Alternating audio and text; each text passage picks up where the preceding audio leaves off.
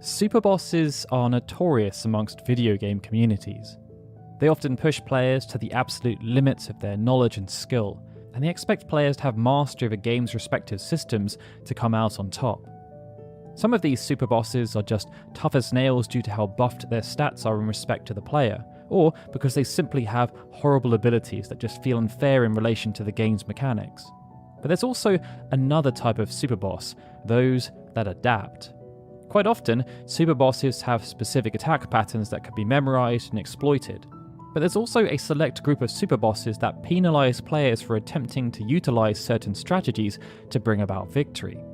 It's those superbosses that we're going to be running through today, and we're going to kick things off with one of the most notorious, Yizmat from Final Fantasy XII. By the time Final Fantasy XII released, superbosses had become codified part of the overarching gameplay experience. And as if to emphasize this and make everything much more structured, some of the hardest enemies that appeared in Final Fantasy XII were associated with the hunt system. What started off with a player squaring off against the rogue tomato ended up with them facing off against the most powerful dragon ever created in that universe, Yizmat. The hunt itself was posted by Mont Blanc. After learning that Yizmat had been driven to madness and destroyed its creator, the often cheerful Moogle vowed revenge, as with the creator destroyed, life had a lot less joy. Yizmat was encounterable at the Colosseum in the Ridorana Cataract, and it has since become infamous due to the sheer amount of HP the superboss had, over 50 million. This meant the fight often turned into a war of attrition, with a player seeking to grind the dragon down, especially in the original version of the game, as regular attacks were unable to break the damage limit. Yizmat could also deal significant damage when close up, and this led to some players attempting to create some distance. This seemed like a sensible strategy, as through ranged attacks, Yizmat could still be hurt with theoretically no reprisal. But what players didn't anticipate was the superboss adjusting its own strategy to compensate. Should the player go too far away from Yizmat, due to the now reduced perceived threat, the superboss prioritized recovery through the use of defensive and offensive self-buffs. Its offensive arsenal was also adjusted though, as Yizmat punished players by using more instant death attacks. This meant that to achieve victory, it was often best to avoid trying to create that distance, lest players invoke even more wrath from this notorious superboss. Another superboss that implemented a similar adaptive strategy was Aeronite, which appeared in Lightning Returns Final Fantasy XIII. Found wandering around the dead dunes after Day 7, Aeronite stood out as one of the toughest encounters in the game, and this was in part due to its own strategy being proximity-based. But whereas Yizmat took the time to heal and self-buff should the player attempt to create some distance, Aeronite took a far more aggressive stance. To punish players who strayed too far from the encounter and outside of its typical hitbox, Aeronite used its Black Hole ability. This then sucked lightning straight back into the fray and stopped any attempt at escape, or indeed any attempt at trying to evade Aeronite's attacks. By implementing this strategy, players had to think about how they wanted to tackle the Aeronite encounter, and it meant all-out assault wasn't a bad option. However, they would also have to contend with Aeronite's other adaptations as the fight progressed. These weren't so much in response to anything specific the player did, outside of staggering it, but these phases did make the encounter much more challenging as it progressed, requiring the player to stay focused and not let up with their assault. Now, even before Final Fantasy V introduced the first official superbosses in Omega and Shinryu, there had been a few pseudo-superbosses featured across the franchise, and one of them, the Iron Giant, appeared in the Famicom version of Final Fantasy II.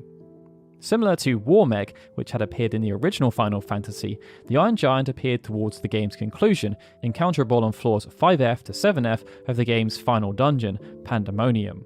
But as if to punish players who were grinding too much, the developers implemented the Iron Giant as an uncomfortable surprise, as it only appeared as the 64th battle within that particular area. The Iron Giant featured the joint highest based attack and the joint second highest based defense. It also had the strongest magic resistance and could deliver 12 physical attacks per turn, a figure that was higher than even the game's final boss. The fight could therefore be rather challenging, but perhaps the biggest challenge was ensuring the Iron Giant actually stuck around. Despite its incredible stats, the Iron Giant could flee from the battle. This meant the party could be on the receiving end of some severe punishment, unable to even get revenge or spoils should the Iron Giant retreat from battle. This was where the adaptive strategy came into play, however. The natural strategy adopted by the player was to go super defensive, keeping HP up and trying to mitigate damage. But this actually increased the chances of the Iron Giant retreating. The player therefore had to do the opposite. In order to keep the Iron Giant around and increase the chances of receiving the strong rewards for victory, players had to act like a wounded animal. If their collective HP was low, the Iron Giant felt more confident of success and therefore was less likely to run away itself. Final Fantasy IX featured a few different superbosses, but none strike fear into the hearts of players quite like Ozma. Appearing as a giant floating sphere, Ozma's colour palette was abstract, as there was no consistency and its upper half was light, while its lower half was dark. But before even being able to lay eyes on such a sight, players had to jump through quite a few hoops, including playing Chocobo Hot and Cold and hunting down Chocographs.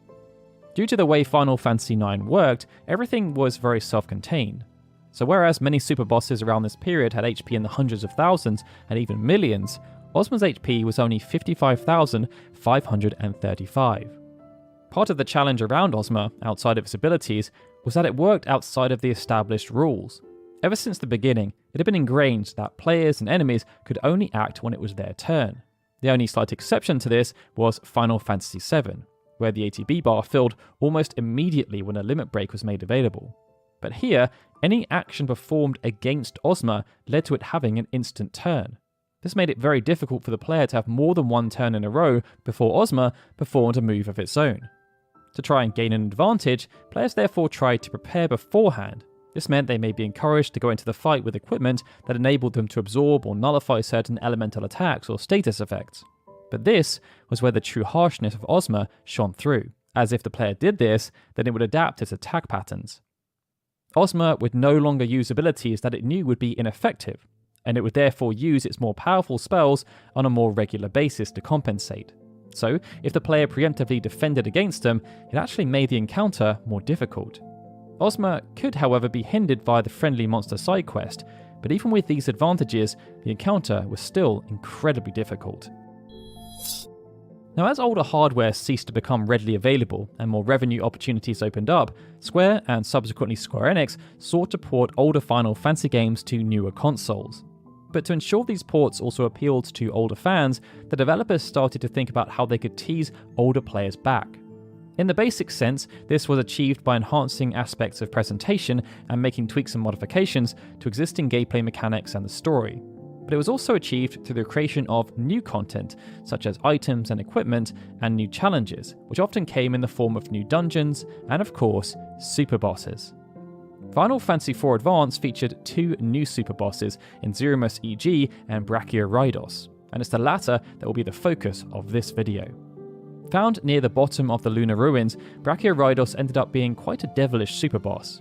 Whereas many other superbosses attempted to overwhelm the party with massive HP pools or horrible abilities, what made the Brachiorydos fight tough, on paper at least, was its adaptive phases. After starting out in its main phase, Brachiorydos performed a set of abilities that skewed towards physical damage, before then starting a countdown to Mega Flare. Should the party then attack Brachiorydos during the countdown, its phase shifted to a more magical stance, and if the Mega Flare countdown was initiated in this phase, further attacks resulted in Brachiorydos countering with a powerful Object 199 ability. If the party opted to have Brachiorydos stay outside of its magical phase, and its HP then fell below 100,000, the final phase then came to the fore, and this placed more emphasis on frustrating and enfeebling magic, including Slow, Toad, Confuse, and Berserk. There was, however, a weakness. Should the party have acquired Kane's Able Lance prior to the encounter, then it would randomly cast Tornado, which bypassed resistances and crumbled Brachiorydos. The original version of World of Final Fantasy only featured one superboss, called XG. However, a few years after the release of the original game, the developers sought to bring the game to new audiences. This led to the Maxima expansion, and it added a boatload of content, including Nightmare difficulty, a new secret ending, and of course, a handful of superbosses. And one of them was a powerful ally from the main scenario, and a crow who was assisted by Tama and Seraphi. Each of the combatants had specific nuances that made the encounter challenging, as for example, Tama was able to use the powerful Time Walk ability to prolong the fight. Should either Enna, Seraphi or Tama be defeated, Time Walk brought them back to life with full health immediately, and this happened the first 8 times any of them were given the KO status. We're going to focus on Seraphi though, as even though Time Walk was frustrating and there was a small degree of adaptation as it was used on whoever the party focused on defeating, Seraphi's ability was much more pointed. By using the Rumour Radar ability, Seraphi was able to communicate with Enna Crow about the party's current elemental weaknesses based on their explicit current party stack. And with this information, Enna was then able to go for the jugular, using the appropriate elemental spell that could exploit the party's weakness.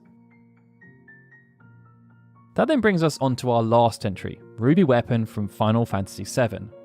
As one of the earliest Superbosses, having not even appeared in the Japanese version of the original game, Ruby Weapon was somewhat rigid in terms of how it operated. Found in the desert around the Gold Saucer only after Ultimate Weapon had been defeated, Ruby challenged the player by introducing pseudo-companions, and these allowed the Superboss to be somewhat adaptive as the tentacles influenced its attack patterns. Neither tentacle appeared at the start of the fight, but when they were active, the player was prevented from escaping. This then introduced elements of jeopardy for the player. When the tentacles were active, Ruby wouldn't use physical attacks of its own, nor would it use Comet 2 or Whirl Sand. But the tentacles themselves could deal fractional physical damage or drain MP, and they could inflict numerous status effects. They also gave the player more things to worry about, and should the fight go south, there was no method of escape if the tentacles were active. As if to emphasize its adaptive nature though, Ruby Weapon's battle script contained numerous if statements that determined its actions. Even the randomness was somewhat predetermined based on the player's actions, and nothing was sequential. There was also even specific encounters in place that punished players for things like using Knights of the Round either as a standalone summon or in conjunction with W summon. Taking such a move would see the player receive Ultima for their troubles.